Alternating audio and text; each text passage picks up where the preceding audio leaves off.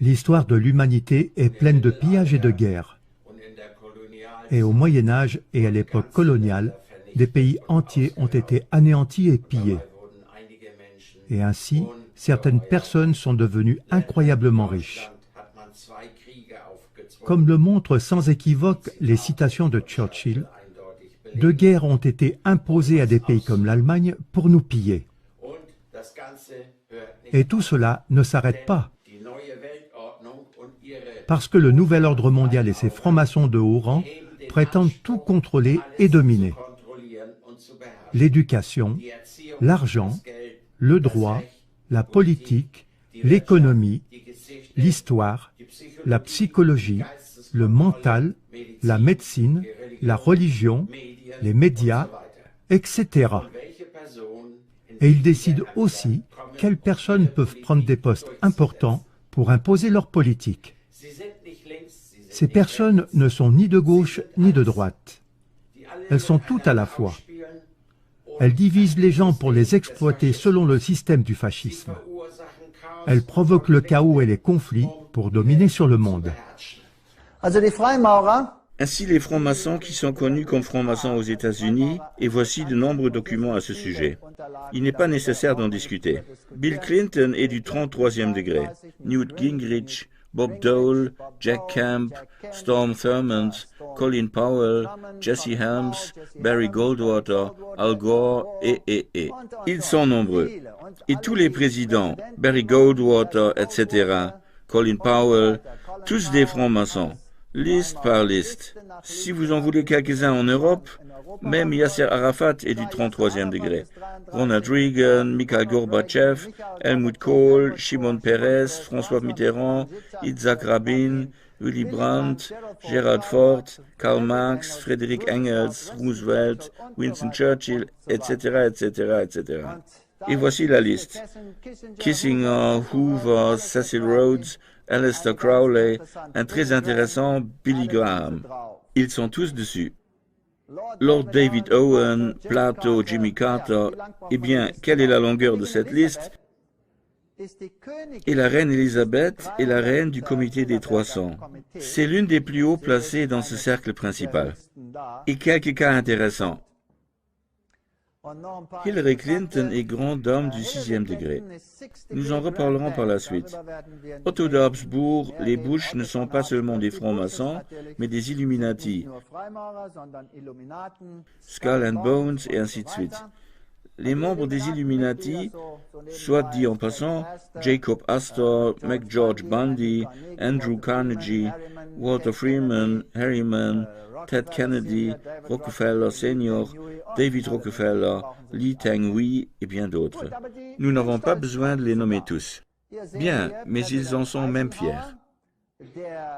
Ici, nous voyons le président Eisenhower qui est décoré par Hoover avec le 33e degré de la Grande Croix lors d'une cérémonie à la Maison-Blanche. 33e degré. Alors ces francs-maçons de haut niveau ne règnent pas seulement en Europe, ils règnent partout. Et les voilà tous là, tous arrivés là en tant que francs-maçons du 33e degré. Les derniers, ils ne les mettent pas, mais dans quelques années, ils seront là aussi. Mais la seule chose qui est certaine, c'est que ce sont des satanistes. Et Jésus lui-même l'a déjà dit. Jésus a explicitement appelé Satan le dirigeant de ce monde. Le monde entier réside dans le pouvoir de celui qui est le méchant. La Bible appelle Satan le Dieu du système des choses. Et Jésus n'a jamais douté de ce que tous les gouvernements de ce monde sont entre les mains de Satan. C'est donc très clair.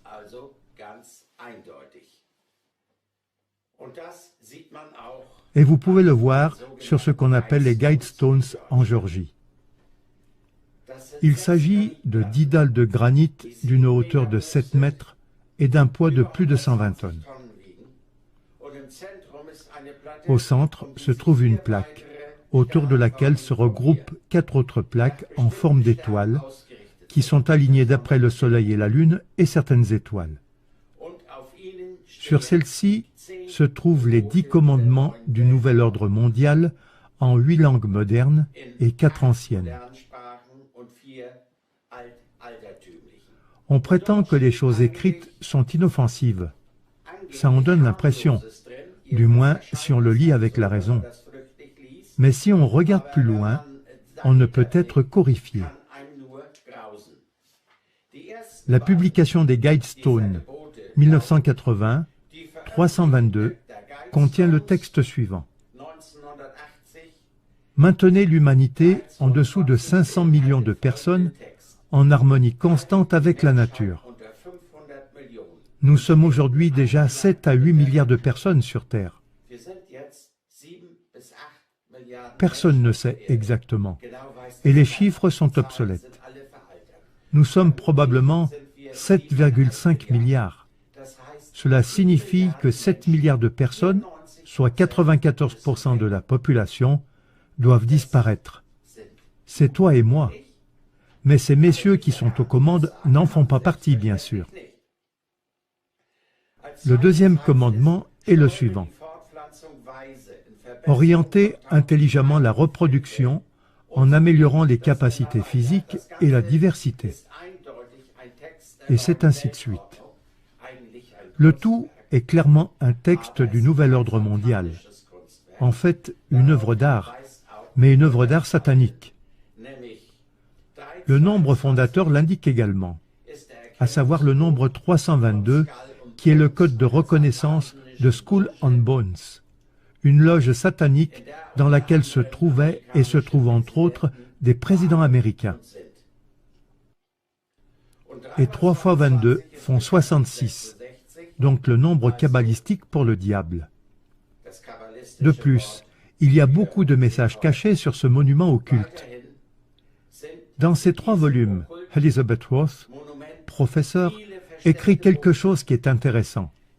Cet extrait provient de 2 de ces volumes, à savoir dans le plan secret, le manuel des Guidestones. Là, elle dit entre autres, « Nous mettrons en place un système monétaire qui les fera prisonniers pour toujours et qui mettra leurs enfants en faute et en dette. Nous concentrerons leur attention sur l'argent et les biens matériels, afin que beaucoup ne se connectent jamais à leur moi intérieur. Nous utiliserons des métaux mous, des accélérateurs de vieillissement et des tranquillisants dans les aliments et l'eau, et aussi dans l'air. Les métaux les mèneront à ce qu'ils perdent leur intelligence. Il s'agit donc de l'aluminium, du cuivre, etc., à travers les chemtrails. Nous promettons de trouver un antidote dans nos nombreux domaines, et nous les nourrirons avec plus de poison. Les toxines seront absorbées par leur peau et leur bouche, détruisant leur cerveau et leur système reproducteur. Les toxines seront cachées dans tout ce qui les entoure, dans ce qu'ils boivent, mangent, respirent et portent. Avec des images amusantes et des musiques, on leur apprendra que les poisons sont bons.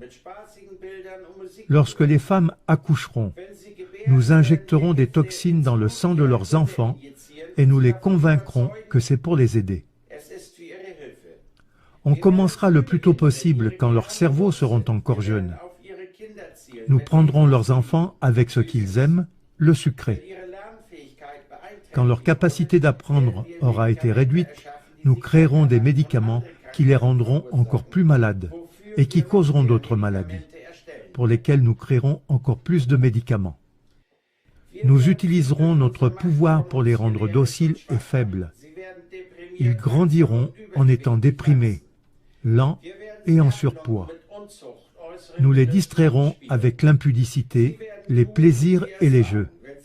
Ils feront ce que nous leur dirons. S'ils s'opposent, nous trouverons des moyens d'utiliser dans leur vie des technologies qui changent la conscience. Nous utiliserons la peur comme notre arme. Nous construirons leur gouvernement en établissant des animosités en leur sein. Nous aurons les 2 côtés. Ils feront le travail pour nous et nous prospérerons grâce à leurs dettes et leur dur labeur. Si ça nous plaît, nous les ferons s'entretuer. Nous contrôlerons tous leurs aspects de leur vie et leur dirons quoi et comment penser. Ils seront occupés à s'entretuer jusqu'à ce que notre but ultime soit atteint. Nous continuerons à les faire vivre dans l'apport et la colère par rapport à l'image et le son, et ainsi de suite. Comment cette réduction de la population se fera-t-elle? Ramener le nombre de personnes à 500 millions.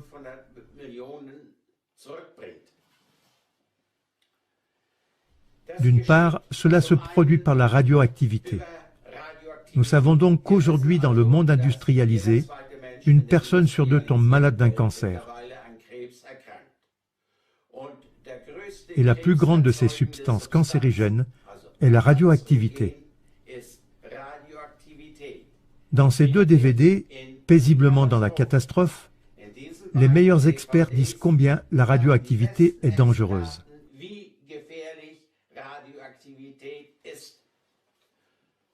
Le professeur John Goffman, qui était à la fois physicien et médecin et directeur du National Livermore Laboratory, un institut de recherche aux États-Unis et un employé de haut rang de la Commission Atomic Energy, était le principal chercheur en plutonium. Il a constaté qu'un seul kilogramme de plutonium pour réacteur suffit pour donner à des dizaines de milliards de personnes sur Terre leur dose mortelle pour avoir le cancer du poumon, si le plutonium est distribué de façon régulière et uniforme.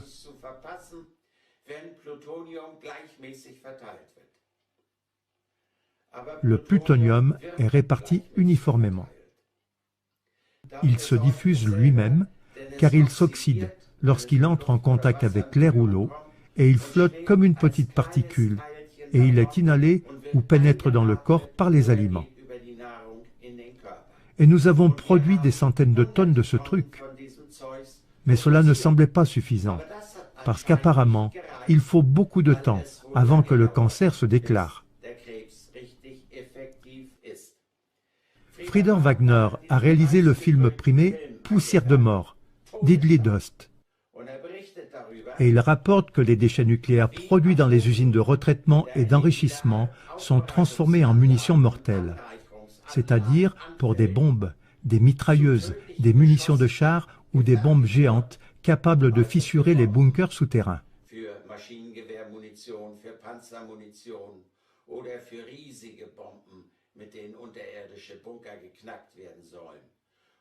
Et ces matières sont principalement constituées d'uranium-238, qui n'est pas fissile et n'a donc aucune valeur pour l'industrie nucléaire civile ou militaire. Mais il est très lourd et en raison de ce poids énorme, il est très bien adapté pour être un projectile. Et lorsqu'il pénètre dans un char d'assaut ou dans un bunker, il génère par frottement une chaleur de 5000 degrés et il brûle de façon explosive et produit des nanoparticules radioactives extrêmement petites.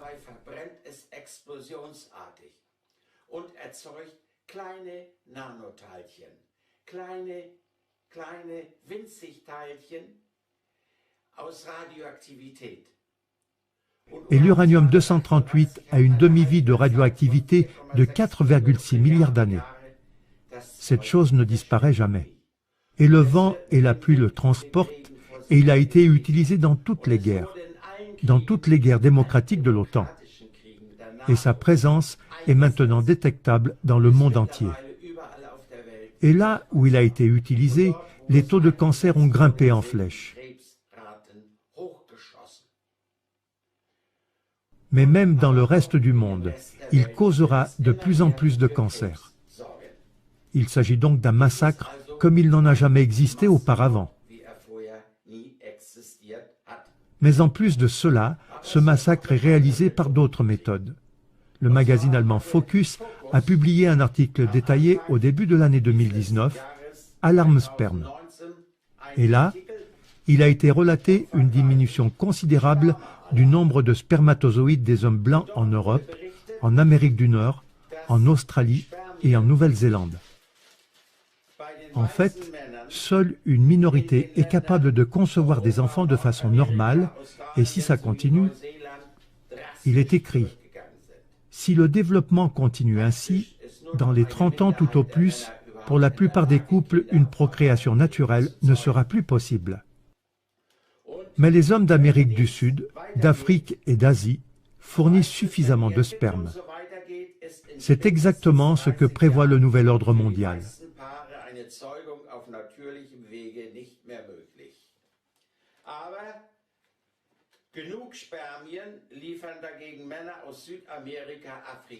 La race blanche doit être remplacée par une race mixte négroïde. C'est ce qui a été fait.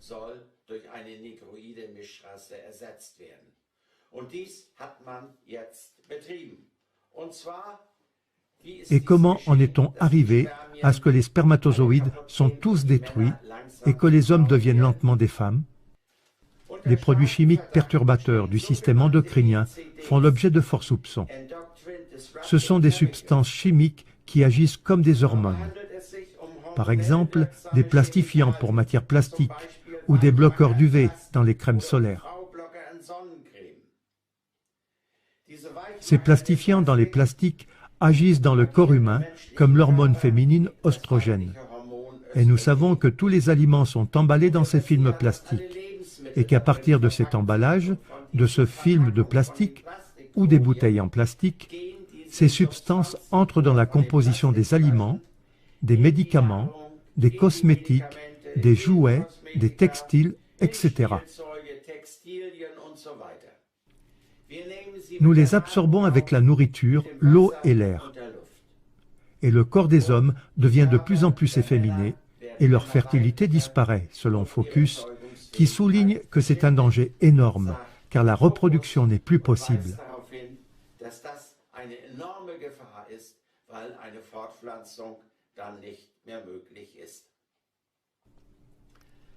Un autre moyen de nous décimer est la guerre. Actuellement, les guerres sont à nouveau propagées. Les guerres de Corée, d'Indochine, d'Afghanistan, d'Irak, de Libye, de Syrie, etc. ont coûté la vie à des millions de personnes et dévasté leur pays. À l'heure actuelle, il existe une menace de guerre froide entre l'OTAN et la Russie. Il en résulte une course aux armements et une intense propagande de guerre. Les médias et les journalistes sonnent l'appel à la guerre. Les gouvernements et leurs services secrets se livrent à des manœuvres trompeuses et à des campagnes de diffamation.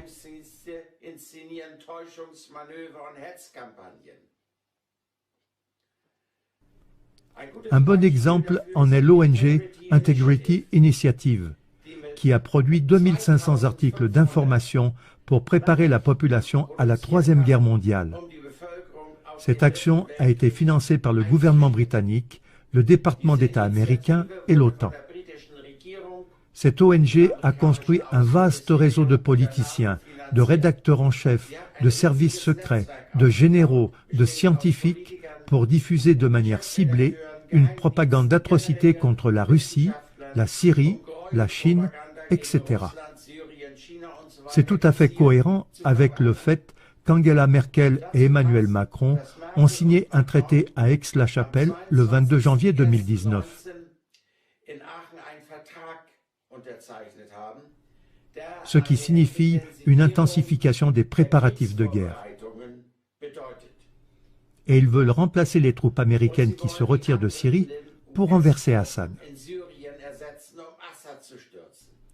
En Allemagne, la machinerie de guerre d'Ursula von der Leyen est en train d'être renforcée, alors qu'on sait qu'il y a plein de matériel qui n'est plus fonctionnel. Mais ce qui compte, c'est de préparer la population à la guerre. En 2000, il y avait 8 pays dont la banque centrale n'était pas contrôlée par les Rothschild.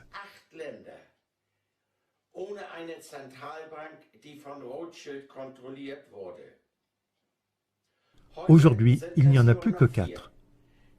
Ces 8 pays étaient l'Afghanistan, l'Iran, le Soudan, le Liban, Cuba, la Corée du Nord, l'Irak, la Syrie. Nous savons qu'il y a eu la guerre dans 4 de ces pays. Et depuis, Rothschild contrôle leur banque centrale. Il manque encore Cuba, la Corée du Nord, l'Iran, la Syrie. Mais ils y travaillent aussi. Déjà en 1871, les trois guerres mondiales ont été prédites dans tous leurs détails, à savoir par Albert Pike, un franc-maçon de haut grade. Il est en quelque sorte le dieu parmi les francs-maçons, qui a fondé le rite écossais, c'est-à-dire les hauts grades de 30 à 33.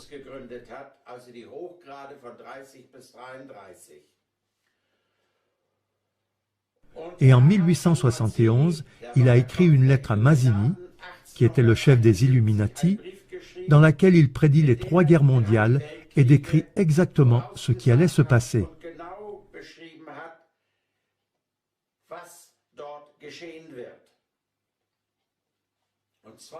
Il a déclaré que la Première Guerre mondiale servirait à construire le communisme, à éliminer les maisons royales et à affaiblir l'Allemagne. La Seconde Guerre mondiale a été menée pour détruire l'Allemagne, pour punir les Russes, pour tuer les Juifs, afin de pouvoir obtenir Israël.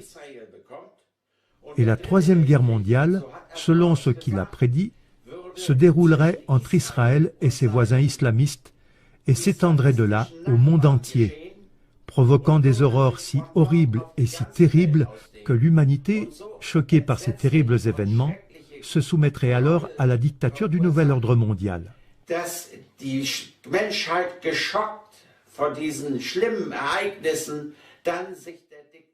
Extrait de la conférence du professeur Walter Weith.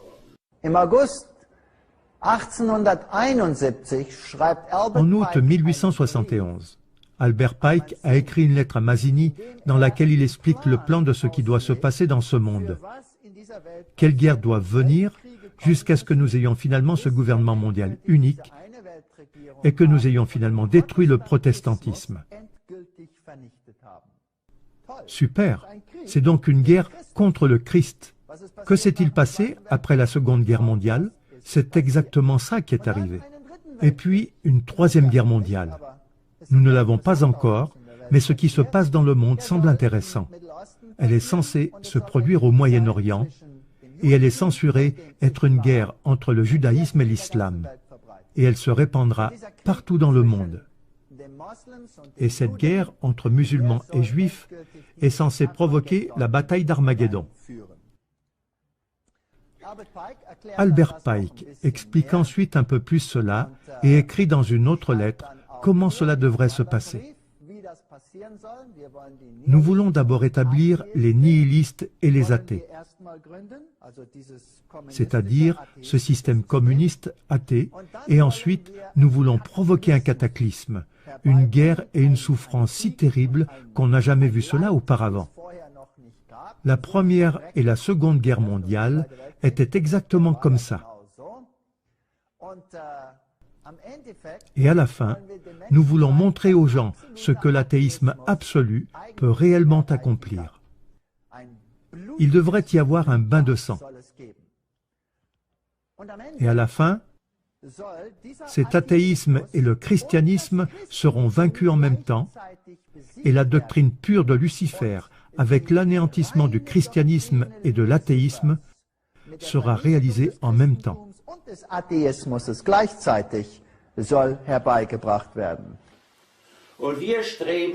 Et nous nous approchons de la Troisième Guerre mondiale et du plus grand massacre de l'histoire de l'humanité avec une grande détermination. Michael Luders a écrit ce livre « Armageddon en Orient ». Michael Luders est un spécialiste du Moyen-Orient, un expert qui a une bonne idée de la situation parce qu'il a écrit pendant longtemps pour Die Zeit et d'autres magazines. Et dans ce livre, il décrit comment la Troisième Guerre mondiale s'approche constamment de nous. Et il dit, « Tout cela est marqué par une hypocrisie incroyable. L'Iran est dépeint comme un méchant. Pourtant, l'Iran n'a jamais été aussi démocratique et humain qu'aujourd'hui. Dans le passé, lorsque les ayatollahs étaient au pouvoir, Israël et l'Amérique leur ont livré, ainsi qu'au Shah, des centrales nucléaires et la technologie de la bombe atomique. Les missiles ont été fabriqués en Iran pour l'Iran. Israël a construit des usines et des installations entières pour les tests de missiles et a fourni les connaissances nécessaires à la mise au point de la technologie des missiles et à la fabrication de la bombe atomique. Et ces missiles ont même pu être équipés d'ogives nucléaires. Le programme nucléaire a été formellement imposé aux Iraniens. Et au début, les missiles iraniens ont été livrés directement depuis Israël. Et même sous Khomeini, le prétendu ennemi juré, l'Iran, en toute concertation, a encore été mieux armé et a bénéficié de nombreux contrats de vente d'armes.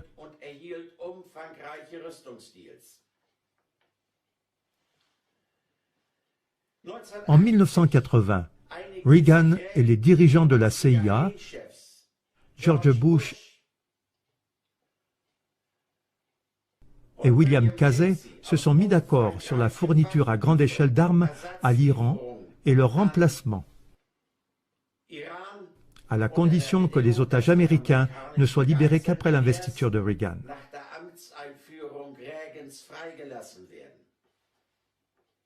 Pendant la guerre entre l'Irak et l'Iran, Washington a fourni des armes aux deux parties, au profit de l'industrie américaine de l'armement. Et bien que les États-Unis aient imposé en 1984 un embargo officiel contre l'Iran sur les armes, le régime de Khomeini a reçu d'Israël et des États-Unis plus de 80% de ces armes. Yitzhak Rabin a même déclaré l'Iran meilleur ami d'Israël en 1987. Les États-Unis ont également vendu leurs armes à Oussama Ben Laden, dont les talibans, Al-Qaïda et l'OI sont issus. Ces organisations terroristes n'existeraient pas sans le soutien américain. D'abord, on a créé des problèmes et ensuite, en prétendant chercher à les résoudre, de nouveaux problèmes ont été créés et de nouvelles crises ont éclaté. C'est un cercle vicieux qui exige le démantèlement des droits démocratiques et le contrôle strict de sa propre population.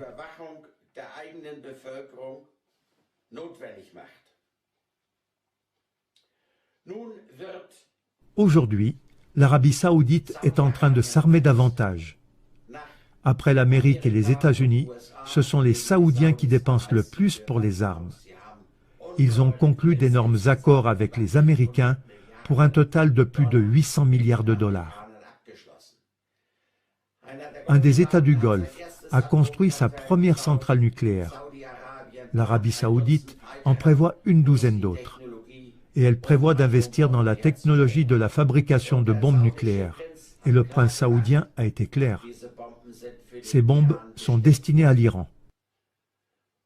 Et cela signifie, selon Michael Luders, que nous allons, presque comme des somnambules, vers une troisième guerre mondiale qui sera particulièrement horrible et qui détruira la majeure partie de l'humanité. Mais on voit que ces guerres sont planifiées, préparées et menées de façon assez systématique. C'est une folie. Si nous, les humains, nous ne nous réveillons pas, et si nous n'envoyons pas ces dirigeants au diable, nous mourrons tous. Cela devrait être clair pour nous. Il est vraiment temps de se réveiller et de se défendre.